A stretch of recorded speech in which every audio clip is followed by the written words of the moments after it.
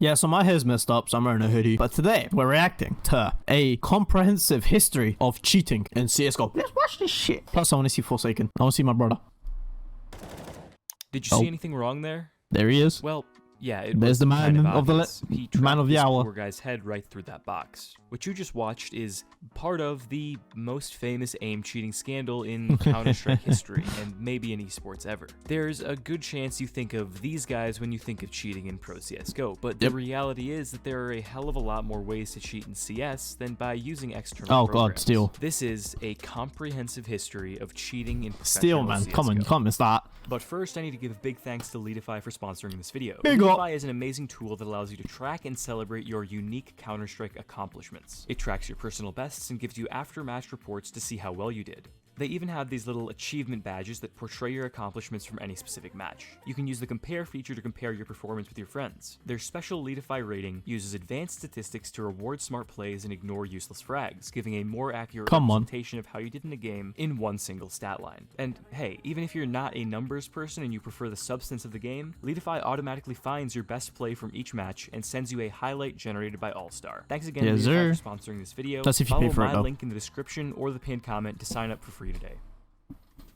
First off, yeah, let's just address the elephant in the room. Forsaken was an Indian professional CSGO player for Optic India. And yeah, he cheated. Apparently, in an attempt to disguise the cheat, he had named it word.exe on his PC. It's honestly shocking. One of the most strangely hysterical things to happen in CS. It is a miracle that Forsaken managed to last so long. Optic India, I don't know how you got away with it for that long. Event called Extremes Land Asia. They lost their first game to Frostfire with a 16-6 scoreline and were one series away from elimination, and Forsaken really didn't want to be eliminated, so he pulled out all of the stops, and midway through pulling out another stop, he got caught. It blew up, and now when you search biggest cheater in esports into Google Images, Forsaken is the top result.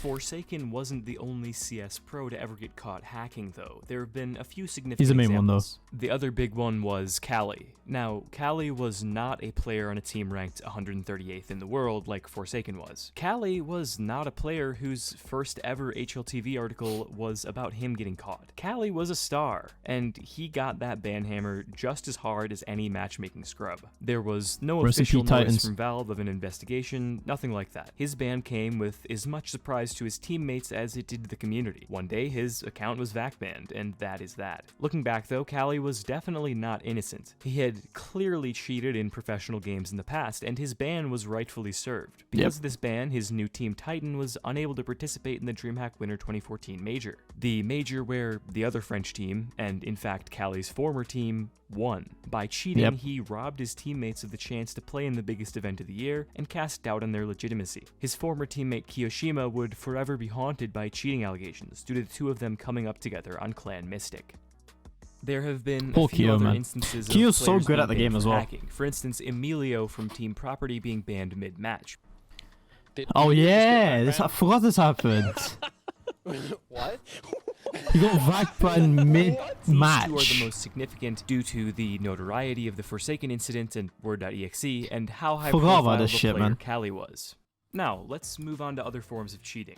Let's start with something that we're all familiar with as players. Holy shit, that map's... The first notable occurrence of a player that map has utilizing an in-game bug to changed, gain man. an unfair advantage. I don't think I played the old Ancient. This is a bit of a controversial one, as I personally, and I think most people do now, love the moment and the clip. Of course, I'm talking about the Olaf It's not really cheating, man. Despite how iconic it is and how much I love watching the clip of this insane comeback, the only reason that this comeback was possible is because the boost is not fair. There was a clear section in the rulebook of the tournament that banned the use of exploits just like this one, and Fnatic got punished fair enough. just This as is such. an exploit. However, the opposing team LDLC also used a boost that would fall under this ruling during their CT side. After this was brought up, it was decided that the map would be replayed. However, after significant backlash from the community, Fnatic decided to forfeit the replay.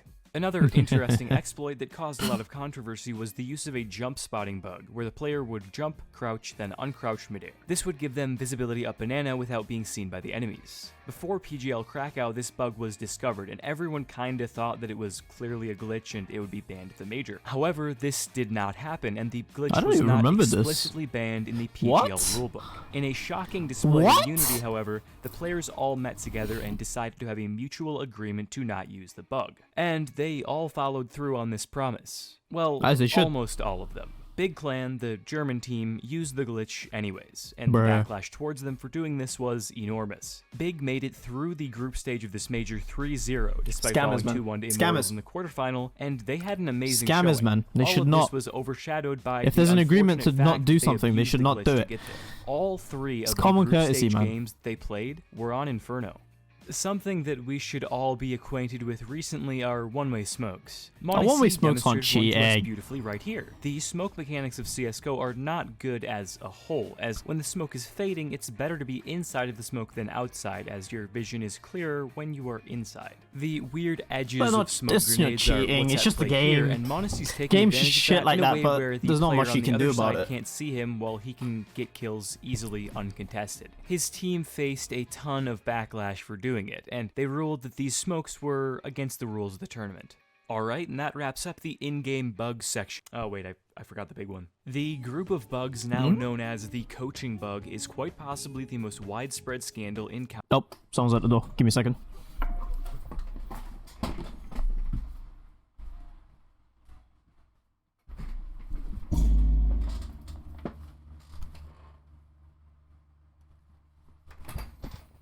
Counter-Strike history. Alright, I'm back. It started with just 3 coaches, Someone but that number quickly grew, and the number of top teams and coaches handed bans was crazy. I remember when this stuff was first coming out, and every few hours a new clip would come out from Mihao9 about how some new major coach had abused the bug at some point. This was the start of Hundin's turn from a respected figure in the CS community to someone endlessly associated with cheating and throwing his teammates under the bus. Wait, what? The coaching bug was a bug where the coach of a team could be frozen in place on the map rather than spectating their teammates. Kind of like a security camera watching over the part of the map that they're stuck in permanently. This is incredibly powerful if they get stuck in the correct position, for very obvious reasons. Some highly respected figures in the scene were struck with temporary bans for the abuse of this bug, such as Gary, Rugga, Lord, and Robin.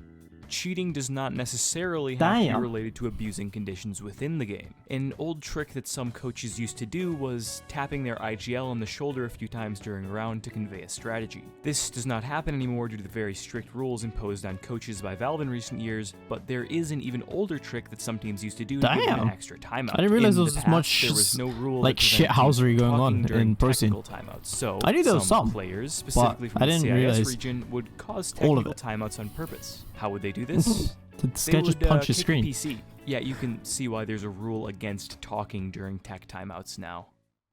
But the holy grail of out-of-game cheating is something that happens not during the game, but far before it even starts. And I suppose, yes, it does use external software, namely Skype. It's time to talk about match fixing. In 2014, a major North American team called Team ibuypower was scheduled to play a qualifying match against Team netcodeguides.com. The problem is that IBP had already qualified for the playoffs, and one of the players on ibuypower, Dazed, co-owned netcodeguides.com. A few months after the hilariously obvious throw, leaked texts revealed that to absolutely nobody's surprise, it was indeed a throw. Well, to almost nobody's surprise, apparently Tarek thought that he had actually pulled off the upset.